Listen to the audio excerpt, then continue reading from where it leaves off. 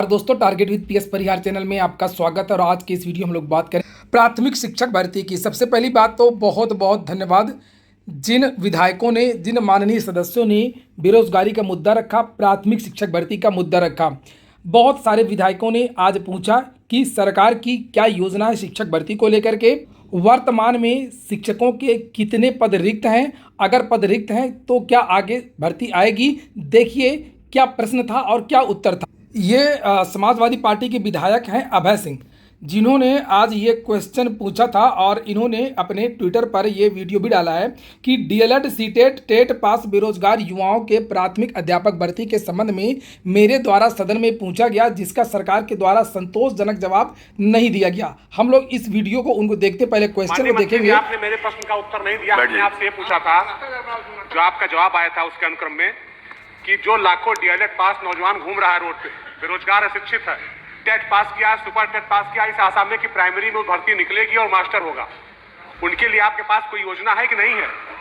हम आपसे ये जानना चाहते हैं। जवाब नहीं आया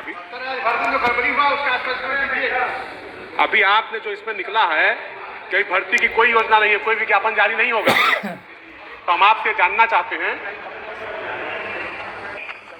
जो भी नियुक्ति को लेकर के प्रकरण चल रहे हैं, सभी नियुक्ति को प्रकरण जो कि माननीय न्यायालय में है, और माननीय न्यायालय से जब तक किसी तरह का दिशा निर्देश नहीं मिल जाता, कोई निर्णय नहीं हो जाता है, तब तक हम सब लोग इसमें कोई निर्णय लेने में सरकार के द्वारा प्रश्न संख्या 2 लिया जा सकता है।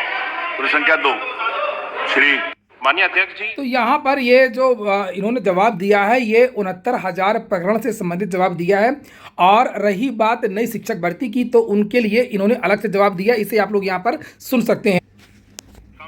और जिससे बच्चों के पठन पाठन प्रयोग के ऊपर प्रभाव पड़ रहा है, तो मैं इसके बारे में जानकारी देना चाहता हूं कि प्रदेश में जो शिक्षकों की संख्या है, जो हमने शिक्षक का अनुपात, शिक्षकों का और छात्र का जो अनुपात बनाया है, जो कि पूरे देश भर में लागू होता है, जिसके बारे में माननीय सदस्य भी बोल रहे थे, जो कि प्राइमरी में एक शिक्षक पे 30 बच्चों का है और अपर प्राइमरी में 35 बच्चों पे एक शिक्षक का है। इस अनुपात को, इस रेशियो को हम सब लोग वर्तमान में हमारे पास में 4,53,554 शिक्षक हैं और शिक्षा मित्र 1,47,766 शिक्षा मित्र और 27,555 अनुदेशक।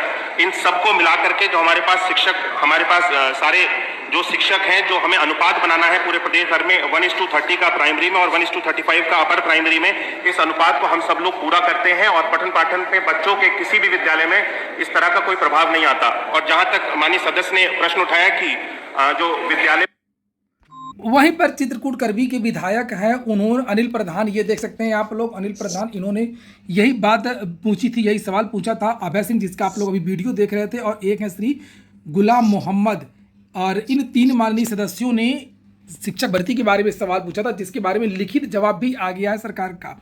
लिखा, क्या बेसिक शिक्षा मंत्री बताने की कृपा करेंगे कि प्रदेश में बेसिक शिक्षा विभाग में शिक्षकों के कितने पद स्वीकृत हैं और उक्त स्वीकृत पदों के सापेक्ष कितने पद वर्तमान में रिक्त हैं? क्या सरकार उक्त रिक्त पदों पर नियुक्ति हेतु विज्ञापन जारी करने पर विचार करेगी? यदि नहीं तो क्यों? यहाँ पर साफ साफ ये जो अभी आप सुन रहे थे वही बात यहाँ पर लिखी हुई है कि उत्तर प्रदेश बेसिक के नियंत्रणाधीन संचालित परिषदीय प्राथमिक विद्यालयों में स्वीकृत 4,17,886 के सापेक्ष प्रधानाध्यापक एवं सहायक अध्यापक के 85,152 पद रिक्त हैं।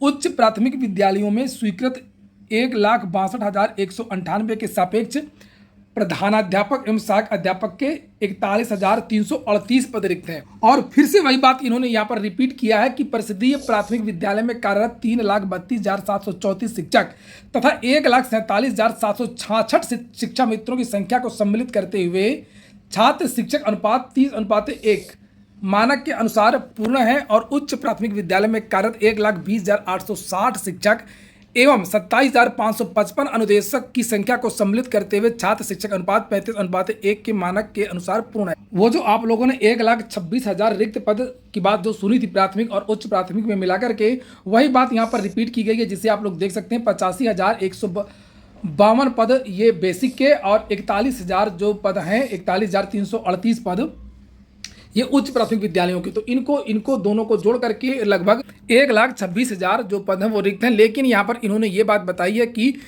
1,26,000 पद रिक्त जरूर हैं, लेकिन हमारे पास 1,47,000 शिक्षा मित्र हैं और अनुदेशक हैं। और जिसमें से आज उन्होंने ऑन रिकॉर्ड बोला था कि अनुदेशकों की जो संख्या है वो लगभग प्रदेश में 27,000। ये देखिए नीचे यहाँ पर लिखा भी है, ये देखिए। इस तरीके से इन्होंने अनुपात समानुपात बराबर कर दिया है और अब जल्दी आप लोगों को नई शिक्षक भर्ती देखने को नहीं मिलेगी, ऐसी सरकार के इशारे हैं और ऐसा सरकार का कहना है। यहाँ पर इन्होंने जो ये पद बताए हैं अध्यापकों के तो बताए हैं, लेकिन एक बार जो वास्तविक नामांकन हुआ है उसका भी रिकॉर्ड होना चाहिए। माननीय सदस्य को जरा ये भी पूछना चाहिए कि वर्तमान में इस समय विद्यार्थियों की संख्या कितनी है प्राथमिक में और उच्च प्राथमिक में, और अगर संख्या बढ़ी नहीं है तो फिर मुख्यमंत्री इस तरीके से क्यों बोलते हैं कि 1.5 करोड़ कभी 2 करोड़ रिकॉर्ड नामांकन हुआ है। प्रतिवर्ष इस तरीके की घोषणाएं उत्तर प्रदेश सरकार के द्वारा की जा रही हैं। जब रिकॉर्ड नामांकन हो रहे हैं तो ये कैसे कहा जा रहा है कि विद्यार्थी कम हुए हैं। और जो स्वीकृत पद हैं, जो 5,79,000 ये आप लोगों ने देखा था, ये जो स्वीकृत पद आप लोग देख रहे हैं ये प्राथमिक और उच्च प्राथमिक को मिला करके है। जैसे 4,17,886 पद प्राथमिक में और 1,62,000 पद उच्च प्राथमिक में, इन दोनों को जब जोड़ देंगे तो स्वीकृत पद आपका 5,79,000 हो जाएगा। ये स्वीकृत पद हैं। तो वहीं पर जो अधिकारियों का कहना, मुख्यमंत्री कह रहे हैं कि हमारे यहाँ रिकॉर्ड एडमिशन हो रहे हैं, जबकि अधिकारियों का ये कहना है कि यहाँ पर देख सकते हैं कि मुख्यमंत्री के निर्देश पर छात्रों का सत्यापन आधार संख्या से कराए जाने के कारण नामांकन कम हुआ है, उसके कारण ही शिक्षकों के पद भी कम हुए हैं। तो कुछ विद्यार्थियों के आधार कार्ड नहीं रहे, उसको आधार बनाया गया है, जबकि जब आधार कार्ड को आधार बनाया गया तो फिर इस तरीके से क्यों कहा जा रहा है कि रिकॉर्ड एडमिशन हुए हैं। और यहां पर सुबह की वीडियो में भी मैंने आप लोगों को बताया था, विद्यार्थियों का यह कहना है कि कोरोना काल में बड़ी संख्या में लोगों की नौकरी गई, व्यापार चौपट हुआ और बहुत सारे लोगों ने जो सरकारी विद्यालय वहां पर विद्यार्थियों के एडमिशन करवाए। और जब स्वीकृत पद ही इन्होंने कम कर दिए हैं, जैसे स्वीकृत पद पहले 7,19,000 हुआ करते थे, उसके बाद में अब 5,79,000 कर दिया गया है। 1,39,000 तो पद वैसे भी अध्यापकों के इन्होंने कम कर दिए हैं। और भारत देश का, विश्व का सबसे बड़ा देश हो गया है। उत्तर प्रदेश सबसे बड़ा राज्य जिसकी आबादी लगभग 25 करोड़ से भी ज़्यादा है। तो आखिरकार कैसे विद्यार्थियों की संख्या कम हो सकती है वास्तविकता, जबकि ये है। मेरी बहुत सारे लोगों से बात हुई है, बहुत बड़े शिक्षाविदों से और अधिकारियों से, बहुत सारे लोगों से, तो यही कहना है कि जो सरकार का मन अब निजीकरण की तरफ ज़्यादा है, वो निजीकरण की शिक्षा को ज़्यादा अच्छा मानती है, गुणवत्तापूर्ण शिक्षा मानती है। और इस बीच में जो निजी विद्यालय हैं उनको बढ़ावा दिया गया है, दिया जाएगा। जबकि ऐसा लगता है कि ये सारी जो रिपोर्ट्स हैं, जो भी सूचना निकल करके आ रही हैं, ये गुमराह करने वाली हैं।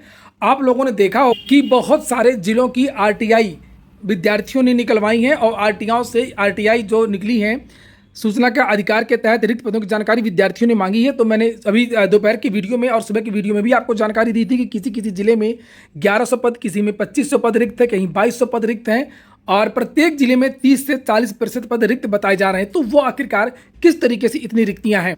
अंत में एक बात मैं और कहूँगा कि जो शिक्षक भर्ती है वो प्रत्येक वर्ष आनी चाहिए। मैंने हमेशा से ही कहा है, जब से मेरा चैनल बना, कि चाहे वो 10,000 पदों पर ही क्यों ना आए, ताकि विद्यार्थी अपनी लगातार पढ़ाई करते रहें और उनका मनोबल ना टूटे। जिस तरीके से प्रत्येक वर्ष PCS आता है, प्रत्येक वर्ष UPSC का फॉर्म आता है। तो ठीक है दोस्तों, ये हो गया आज का वीडियो और आगे जो भी अपडेट्स होंगी शिक्षक भर्ती के आपको इस चैनल के माध्यम से दी जाए। पूरा वीडियो सुनने के लिए बहुत बहुत धन्यवाद।